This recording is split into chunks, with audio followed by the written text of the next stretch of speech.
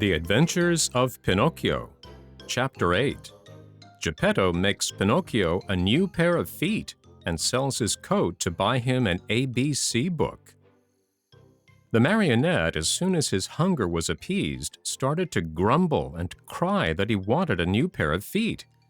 But Mastro Geppetto, in order to punish him for his mischief, let him alone the whole morning.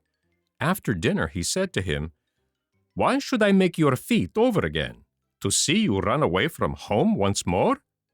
"I promise you," answered the marionette, sobbing, "that from now on I'll be good."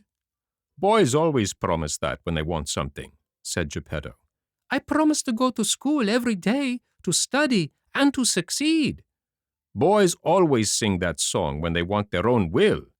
"But I am not like other boys. I am better than all of them, and I always tell the truth. I promise you, Father, that I'll learn a trade, and I'll be the comfort and staff of your old age." Geppetto, though trying to look very stern, felt his eyes fill with tears, and his heart soften when he saw Pinocchio so unhappy. He said no more, but taking his tools and 2 pieces of wood, he set to work diligently.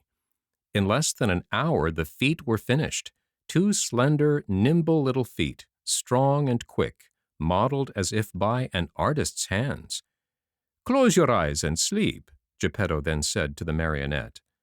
Pinocchio closed his eyes and pretended to be asleep, while Geppetto stuck on the 2 feet with a bit of glue melted in an eggshell, doing his work so well that the joint could hardly be seen. As soon as the marionette felt his new feet, he gave 1 leap from the table and started to skip and jump around as if he had lost his head from very joy. "To show you how grateful I am to you, Father, I'll go to school now. But to go to school, I need a suit of clothes." Geppetto did not have a penny in his pocket, so he made his son a little suit of flowered paper, a pair of shoes from the bark of a tree, and a tiny cap from a bit of dough. Pinocchio ran to look at himself in a bowl of water, and he felt so happy that he said proudly, "Now I look like a gentleman."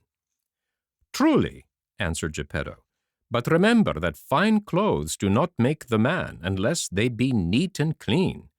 "Very true," answered Pinocchio. "But in order to go to school, I still need something very important." "What is it?" "An ABC book." "To be sure, but how shall we get it?" "That's easy. We'll go to a bookstore and buy it." "And the money?" "I have none."